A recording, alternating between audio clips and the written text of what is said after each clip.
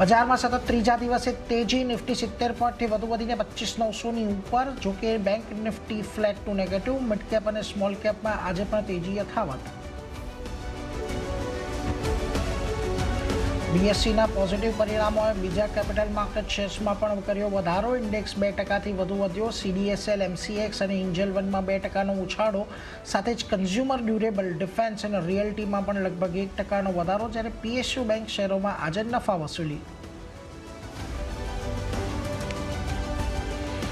પરિણામો પછી અમુક કેશ શેરોમાં મજબૂત એક્શન. મજબૂત પરિણામોને કારણે રૂટ મોબાઈલ 7% વધ્યો, જ્યારે બાટા અને લિન્ડે ઇન્ડિયામાં પણ 4 થી 6% વધારો. પરિણામો પછી રામકો સિમેન્ટ્સ લગભગ 4% ઘટ્યો.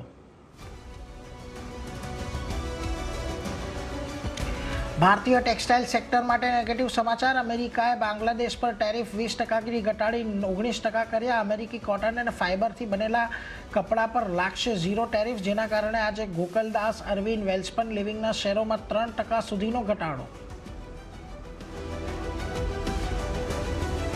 આજે નિફ્ટીની 4 કંપનીઓ Eicher motors, Apollo hospital, Grasim અને ટાઇટન જાહેર કરશે પરિણામ. 50% વધી શકે છે ટાઇટનનો નફો.